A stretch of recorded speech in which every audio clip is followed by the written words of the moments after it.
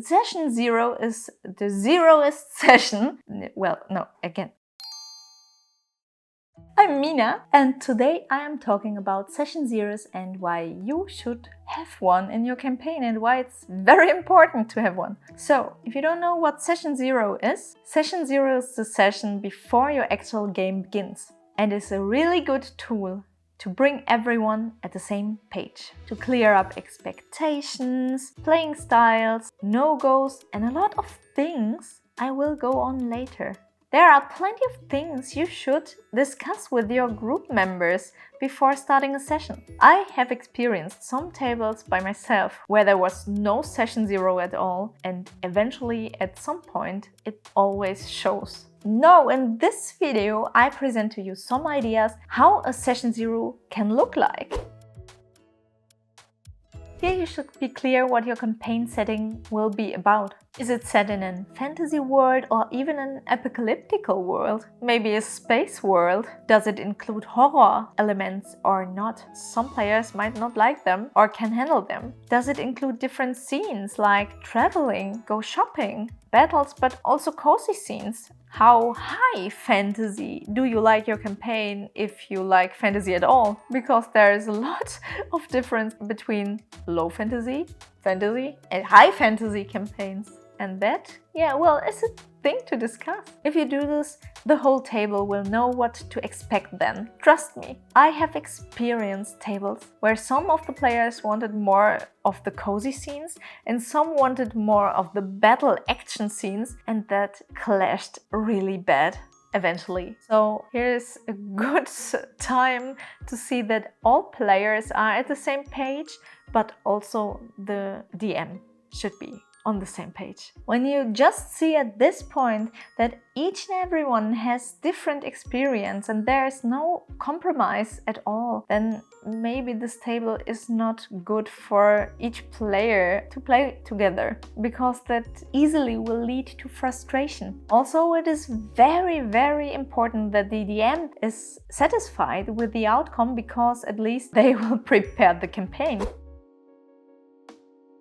How will you handle the rules as a DM? Do you absolutely insist of every little rule? Or are there more loose constructs geared to what's with the rule of cool, where players are allowed to be creative sometimes and bend a rule a little bit? And even if it's not in a rule, the DM will allow it for the coolness factor. What is with home rules that you are do for your own campaign, but it's not in a rule book?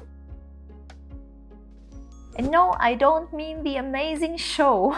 I mean, how do you handle natural 20s and natural 1s? In my campaign, I had the home rule that in battles my natural 20 wouldn't be doubled before the players reach level 3. I did this because I really was afraid that I might get someone killed just by accident, because it's my first campaign. In which world will the campaign happen? Is it homebrewed, like in my campaign, or in Critical Role's campaigns? Or does it exist somewhere else? How much impact have the players on this world? Or do they even want to have impact? Maybe for their hometowns. For example, you could let them create their own hometowns if you like. I, in my campaign, have mixed players who doesn't care at all and were more overwhelmed by the thought of creating an own hometown, and some players are like, yeah, great, let me do my hometown, please, every detail, here, you have it. And that's both totally fine and cool. Will you give experience points, or do you prefer to have milestone leveling? So they will level after major events or milestones that are in your campaign. Do you allow multiclassing? And when so, are there limits to this? When you play with unexperienced players, I would definitely recommend to think about it, because you can mess up your character really easily by this if you're not experienced with this tool. At least warn them if they like to do it. Will you include battle maps, or do you prefer the theater of mind? I find, at least for Dungeons and Dragons, the battle maps, the easy ones, just with the grid, is very practical because you can easily see how much your character can move, or move away, run away, jump. Do you include character death, or are there players who doesn't like that at all? Personally, I love it when there are high stakes and when there is the possibility of a real character death, because that makes everything more meaningful. The stakes are really high.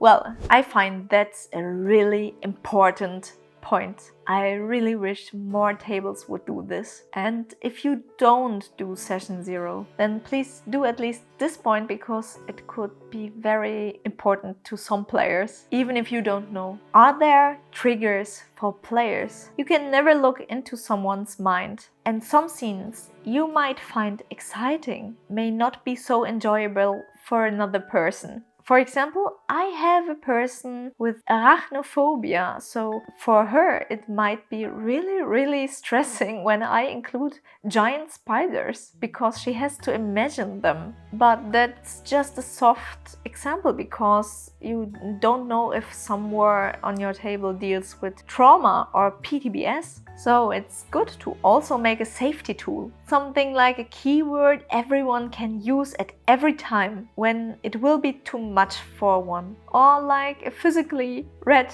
or yellow card, like in soccer games. You cannot protect anyone from anything. And I also find one allure of playing tabletop games is to find yourself in sometimes quite dangerous scenes or moments and grow with them. That can give you as a player character really much. But also you don't want to re-traumatize a player. And there are worse things than spiders. So keep that in mind, please.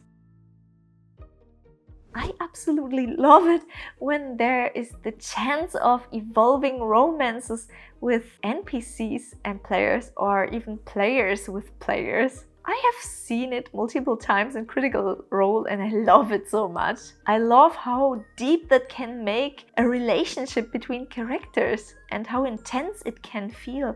And also I love a good storytelling. But keep in mind, there are people who might be really uncomfortable with this. And session 0 is good for asking them, asking every player how they think about it. So nobody gets in situations that can feel cringy for them.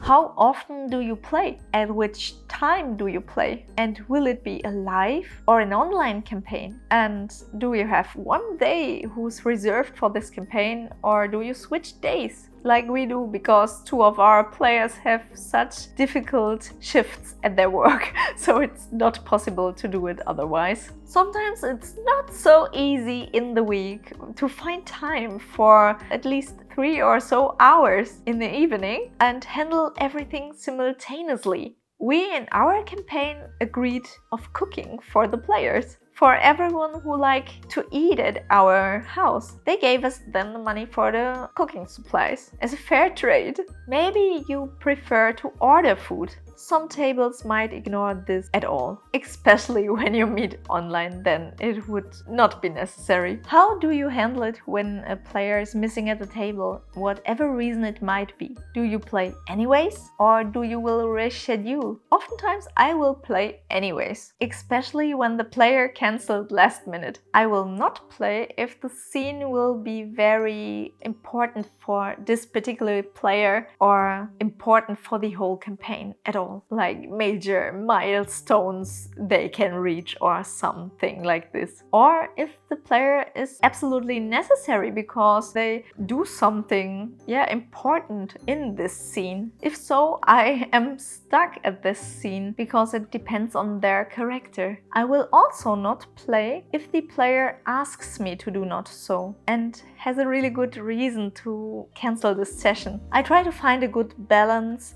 to not pass over someone, but also not to ignore my own needs. Here, everyone can send their wishes and expectations if something is not clear yet. For example, I wish that no one is scrolling to their phone during my campaign because I find it really disrespectful and at least very distracting. I also encourage my players to give me some constructive criticism when they feel they have the need to do this, because I want a table where everyone feels seen and safe. And I tend to communicate a bit more rather than too less. I see tables by myself where there was no communication at all, and well, resentment grew at some point, and that was frustrating, I can tell you. And I definitely don't want this at my own table. You can use your session 0 also to make your characters. It's fun in the group. You can roll attributes together if you like so. It can be funny to see how everyone's attributes will come out and if they will be good or bad. I absolutely recommend to not reveal too much of the character's background though, because I find it is the best thing to reveal such things in the campaign itself. It should be a surprise, trust me. I say to my players they should send me their background stories by mail so I can read and enwave them into the campaign. It may be different when some players share a background. Well, that was quite a lot of ideas and inspirations for your own session 0. And maybe you find some things you can include, and some of them may inspire you. Feel free to include as many as you like in your own session 0. And please let me know if I missed something or if you have any other ideas. Let me know it in here. I will read it, really. And if you liked this video, please consider a subscription and a like, because it would help me a lot and it's free. I wish you a very happy gaming and I see you in the next video.